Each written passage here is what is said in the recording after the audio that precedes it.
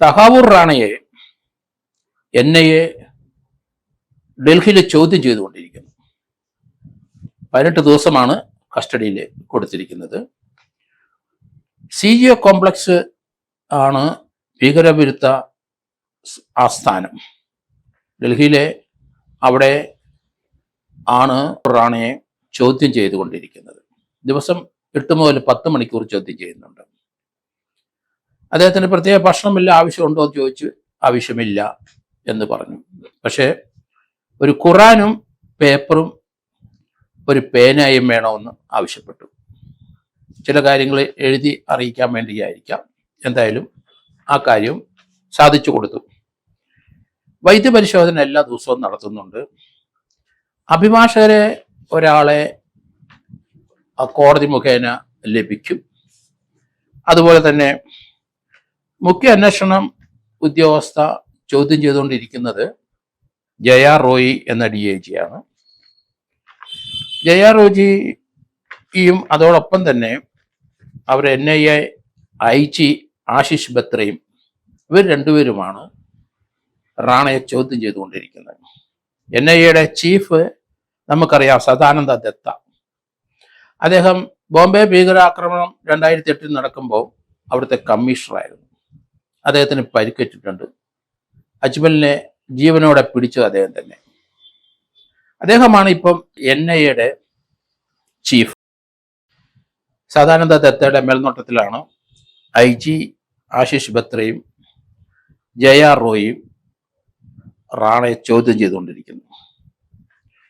1997 ജാർഖണ്ഡിലെ IGP ആയിരുന്നു ആശിഷ് ബത്ര. അദ്ദേഹം അവിടുത്തെ തീവ്രവാദത്തെ ഒതുക്കാനായിട്ട് രൂപീകരിച്ച ജഗ്വാറിന്റെ തീവ്രവാദ വിരുദ്ധ സേന എന്ന് പറയുന്നത് ജഗ്വാർ എന്നാണ് അറിയപ്പെടുന്നത്. അതിന്റെ ഹെഡായിരുന്നു. അതിന്റെ മേൽനോട്ടം വഹിച്ചിരുന്ന സമയത്താണ് അദ്ദേഹത്തിന്റെ കഴിവിന്റെ പ്രാമുഖ്യം കൊണ്ട് അദ്ദേഹത്തിന് 2019 NIA എത്തിച്ചത്. ഈ സംഭവത്തിന് ശേഷം അവര് NIA ചീഫായിട്ട് ഈ വ്യക്തികളെല്ലാം എത്തിയ ശേഷം നിരന്തരം അമേരിക്കയിലെത്തി അവിടെ റാണയെ ഇന്ത്യക്ക് വിട്ടുകിട്ടാനായിട്ട് ശ്രമിച്ചത്. അഡ്വക്കേറ്റ് കൃഷ്ണൻ രാജു സംഘം അവിടെ ഉണ്ടായിരുന്നു. ഏതായാലും കോടതിയിലെ നമ്മുടെ വാദഗതികളെല്ലാം അംഗീകരിച്ചു. 14 വർഷത്തെ ശിക്ഷയ്ക്കാണ് റാണ അവിടെ കിടന്നത്. അത് ഏകദേശം തീരാറായി. അപ്പോഴേ ഇന്ത്യക്ക് വിട്ടുകൊടുത്തു. ഇനി നമുക്ക് അവിടെ നിന്ന് അടുത്ത ഭീകരനെ അവിടെ നമുക്ക് ലഭിക്കേണ്ടതുണ്ട്. അയാൾ 35 വർഷത്തെ ശിക്ഷയ്ക്കാണ് അമേരിക്ക കിടക്കുന്നത്.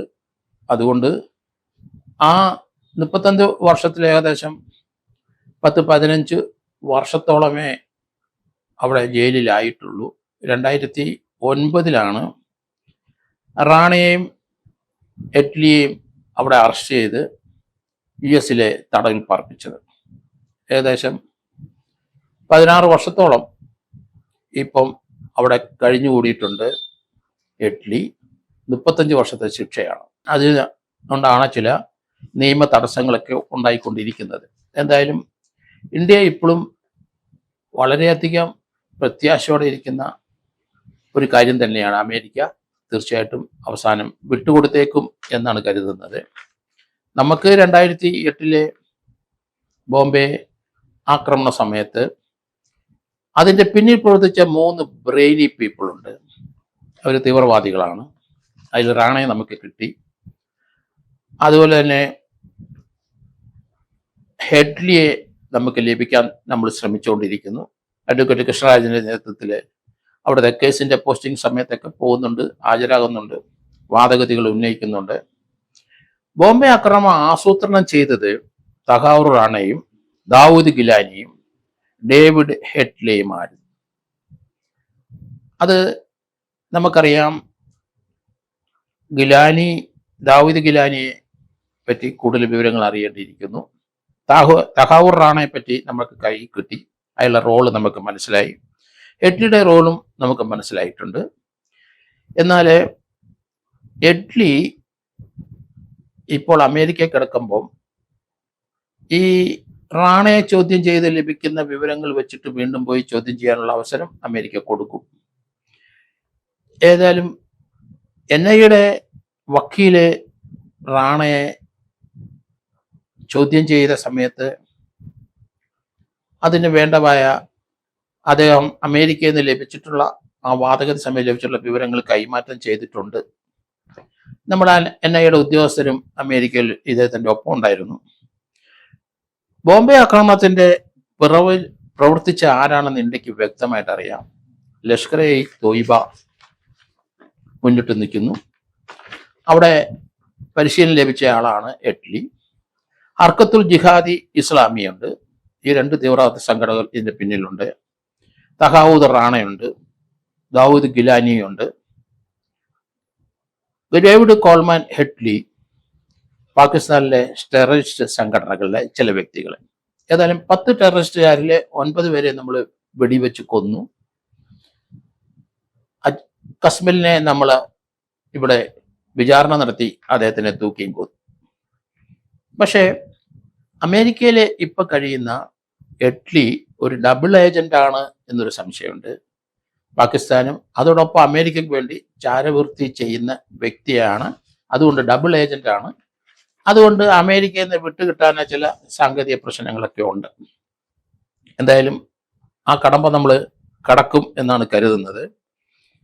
ഇവിടെ റാണ എറണാകുളത്തും അതുപോലെ ബോംബെയിലും ഡൽഹിയിലും UP യിലും ആഗ്രയിലും ഒക്കെ അദ്ദേഹത്തിൻ്റെ ഇമിഗ്രേഷൻ ഓഫീസൊക്കെ തുറന്നു. ഇവിടുന്ന് പലർക്കും വ്യാജമായ അല്ലെങ്കിൽ യാത്ര ഇവിടുന്ന് സംഘടിപ്പിച്ച് കൊടുക്കാൻ നിർദ്ദേശിച്ചുകൊണ്ട് തന്നെയാണ് തുടക്കത്തിൽ ലഷ്കർ-ഇ-തോയ്ബയുടെ ആവശ്യപ്രകാരം ഇന്ത്യയിൽ വന്ന് ഇമിഗ്രേഷൻ്റെ ഓഫീസുകളൊക്കെ റാണ തുടങ്ങിയത്. 2008 നവംബർ 11 മുതൽ 21 വരെ അയാൾ ഇന്ത്യയിലുണ്ടായിരുന്നു. 16-17 ദിവസങ്ങളിൽ നവംബർ 16-17 തീയതികളിൽ അയാൾ രാജ് ഹോട്ടൽ എറണാകുളത്തുണ്ടായിരുന്നു. അദ്ദേഹത്തിൻ്റെ ഭാര്യ കൂടെ ഉണ്ടായിരുന്നു എന്ന് പറയുന്നുണ്ട്. പക്ഷേ അദ്ദേഹത്തിനെ കാണാൻ വന്ന ഒരു മലയാളി നടിയുടെ പേര് വെളിയിലോട്ട് വരുന്നുണ്ട്. ഏതായാലും അത് 3-4 പേരെ സംശയിക്കുന്നുണ്ട്. അത് ഇതുവരെ വെളിയിലോട്ട് വന്നിട്ടില്ല. ആരാണ് മലയാളി നടി എന്നതിനെപ്പറ്റി ഒരു കൃത്യത ഇതുവരെ ആയില്ല എന്നെനിക്ക് തോന്നുന്നു. എങ്കിലും നമ്മളെപ്പോലുള്ളവരുടെയൊക്കെ മനസ്സിൽ 3-4 പേരുടെ പേരുകളുണ്ട്. അതിലൊരാൾ തന്നെ ആണെന്നറിയാം. അത് ഏതായാലും NIA വിവരം അറിഞ്ഞ ശേഷം മാത്രമേ ആ നടി ആരാണെന്ന് കൃത്യമായി നമുക്ക് പറയാൻ കഴിയുള്ളൂ. ഈ തീവ്രവാദികളുമായിട്ട് ബന്ധപ്പെട്ട ഇന്ത്യക്കാർ ആരാണ്, അവരെ സഹായിച്ചവരാരാണ്, അവരുമായിട്ട് ബന്ധപ്പെട്ടവരെയൊക്കെ തീർച്ചയായിട്ടും കണ്ടെത്തും. ആ നടി ആരാണെന്ന് കണ്ടെത്തും. അവരും അറസ്റ്റിലേക്ക് പോകുമെന്നാണ് ഞാൻ കരുതുന്നത്. അതുപോലെ തന്നെ ഇവർ വന്നപ്പോൾ ഇവർക്ക് വേണ്ട സഹായങ്ങൾ ചെയ്തു കൊടുത്ത ഇവരുമായിട്ട് ബന്ധപ്പെട്ട വളരെയധികം ആൾക്കാരുണ്ടാവും. അവരെ എല്ലാം നിയമത്തിന് മുമ്പിൽ കൊണ്ടുവരും. ആ തീവ്രവാദത്തിൽ എത്ര പേര് ആകൃഷ്ടരായി പോയി എന്ന് കണ്ടെത്തും. അങ്ങനെ അവരുമായിട്ട് ബന്ധപ്പെട്ട് രാജ്യദ്രോഹകരമായ പ്രവൃത്തി ചെയ്തവരെ തീർച്ചയായിട്ടും അറസ്റ്റ് ഉണ്ടാകും എന്നാണ് ഞാൻ കരുതുന്നത്. ഏതായാലും ഒരു നടി അയാളുമായിട്ട് ബന്ധപ്പെട്ടത് എന്തിനാണ്, എന്ത് ആവശ്യത്തിനാണ്, അതുകൊണ്ട് ആ വിവരത്തിലേക്ക് അന്വേഷണം തീർച്ചയായിട്ടും ഉണ്ടാവും. അവരെ അറസ്റ്റ് ചെയ്യാനുള്ള സാധ്യത വളരെ കൂടുതലാണ്. ഇന്ത്യയുടെ മന്ത്രിസഭയിൽ ഉണ്ടായിരുന്ന ഒരാൾക്ക് ഇവർ ചിലരെയൊക്കെ അറിയാമായിരുന്നു എന്നുള്ള വാർത്തയും വെളി വരുന്നുണ്ട്. എന്തായാലും ഈ ഒരു കേസിന്റെ ചോദ്യം ചെയ്യൽ നടന്നുകൊണ്ടിരിക്കുന്നുണ്ട്. ഇതിനിടയിൽ ചില കാര്യങ്ങൾ പുറത്തേക്ക് വരുന്നത്, ബാംഗ്ലൂർ സ്ഫോടനത്തിലെ പ്രതിയായിരുന്ന തടിയൻ്റെ നസീറിനെ അവിടെ ബോംബെയിൽ വന്ന അവിടുത്തെ KP സാബിർ എന്ന പാകിസ്ഥാനി ഉണ്ടായിരുന്നു. അയാളാണ് തടിയൻ്റെ നസീറിനെ ബാംഗ്ലൂരിലെ സ്ഫോടനത്തിന് ശേഷം 2009 ബംഗ്ലാദേശിൽ ഒരു ഷെൽട്ടർ കൊടുത്തത്. പക്ഷെ അന്ന് ഇന്ത്യയും ഇപ്പോഴത്തെ ബംഗ്ലാദേശിലെ അവസ്ഥയല്ല. നമ്മളുമായിട്ട് നല്ല ചർച്ചയിൽ ഉണ്ടായിരുന്ന പ്രൈം മിനിസ്റ്ററും ബംഗ്ലാദേശിൽ ഷെൽട്ടർ എടുത്ത തടിയൻ്റെ നസീറിനെ അവിടുത്തെ പോലീസ് പിടിച്ചു ഇന്ത്യക്ക് കൈമാറി. അങ്ങനെയാണ് തടിയൻ്റെ നസീറിനെ നമുക്ക് ലഭിക്കുന്നത്. ഏതായാലും റാണയുടെ ഭാര്യ സംറാസ് റാണ അക്തർ കൂടെ താജ് ഹോട്ടലും ഉണ്ടായിരുന്നു എന്ന് പറയുന്നുണ്ട്. അതേപ്പറ്റി ഇനി NIA വന്ന് അന്വേഷിക്കും. അവരുടെ ഫോട്ടോ കാണിച്ചാൽ അവിടെയുള്ള ജീവനക്കാർ ഐഡൻറ്റിഫൈ ചെയ്യാനുള്ള സാധ്യത കൂടുതലാണ്. ഏതായാലും നവംബർ 16, 17, 2008 താമസിച്ച സമയത്ത് 13ഓളം ആൾക്കാരെ ഫോണിൽ റാണ വിളിച്ചിട്ടുണ്ട്. ആ ഫോൺ നമ്പറുകൾ തീർച്ചയായിട്ടും കണ്ടെത്തും. NIA ആരെയൊക്കെയാണ് വിളിച്ചതെന്ന് കണ്ടെത്തും. ആ സാബിർ എന്ന് പറഞ്ഞ പാകിസ്ഥാൻ ചാരൻ അല്ലെങ്കിൽ പാകിസ്ഥാനിലെ ടെററിസ്റ്റ്, അയാൾ ഈ സംഭവത്തിന് തൊട്ട് മുമ്പ് ഒരാഴ്ച മുമ്പ് ബോംബെയിൽ നിന്ന് രക്ഷപ്പെട്ടു. അയാൾ ഒരു വ്യാജ പാസ്പോർട്ടിലാണ് രക്ഷപ്പെട്ടത്. ഷമീർ ആലിക്കുട്ടി എന്ന ഒരാളുടെ പാസ്പോർട്ട് 2003 മോഷണം പോയിരുന്നു. ആ ഷമീർ ആലിക്കുട്ടിയുടെ പാസ്പോർട്ട് ഉപയോഗിച്ചിട്ടാണ് സാബിർ എന്ന പാകിസ്ഥാൻ ചാരൻ അല്ലെങ്കിൽ സാബിർ എന്ന പാകിസ്ഥാനിലെ തീവ്രവാദി, അയാൾ ലഷ്കർ-ഇ തോയ്ബയുടെ ടെററിസ്റ്റ് ഗ്രൂപ്പിൽപ്പെട്ടയാളാണ്. അയാൾ അവിടുന്ന് രക്ഷപ്പെട്ടു പോയി. പക്ഷെ 2003 പാസ്പോർട്ട് കാണാതെ പോയ വിവരത്തിന് ഷമീർ അലിക്കുട്ടി പോലീസിൽ പരാതിപ്പെട്ടിട്ടുണ്ട്. അത് പാസ്പോർട്ട് നഷ്ടപ്പെട്ട വിവരത്തിന് അന്ന് കൊടുത്ത പരാതി അത് പോലീസ് കണ്ടെത്തിയിട്ടുണ്ട്. ഏതായാലും ആ പാസ്പോർട്ട് ഉപയോഗിച്ചാണ് ഒരു തീവ്രവാദി ഇന്ത്യയിൽ നിന്ന് രക്ഷപ്പെട്ടതെന്ന് നമുക്ക് മനസ്സിലായിട്ടുണ്ട്. അത് പാകിസ്ഥാൻ ടെററിസ്റ്റായ സബീർ എന്ന ആളാണെന്നാണ് മനസ്സിലാവുന്നത്. എന്തായാലും അന്വേഷണം വളരെ വേഗം മുന്നോട്ട് പോയിക്കൊണ്ടിരിക്കുകയാണ്. മറൈൻ ഡ്രൈവ് താജ് ഹോട്ടലിൽ താമസിച്ച സമയത്തുള്ള ആൾക്കാരെ NIA ചോദ്യം ചെയ്യേണ്ടി വരും. എന്തായാലും കാശ്മീരിൽ ഇവിടുന്ന് റിക്രൂട്ട് ചെയ്ത 5 പേര് മലയാളികളെ, അതിൽ 4 പേര് അത് ലഷ്കർ-ഇ തോയ്ബയ്ക്ക് വേണ്ടി റിക്രൂട്ട് ചെയ്ത 5 മലയാളികളെ.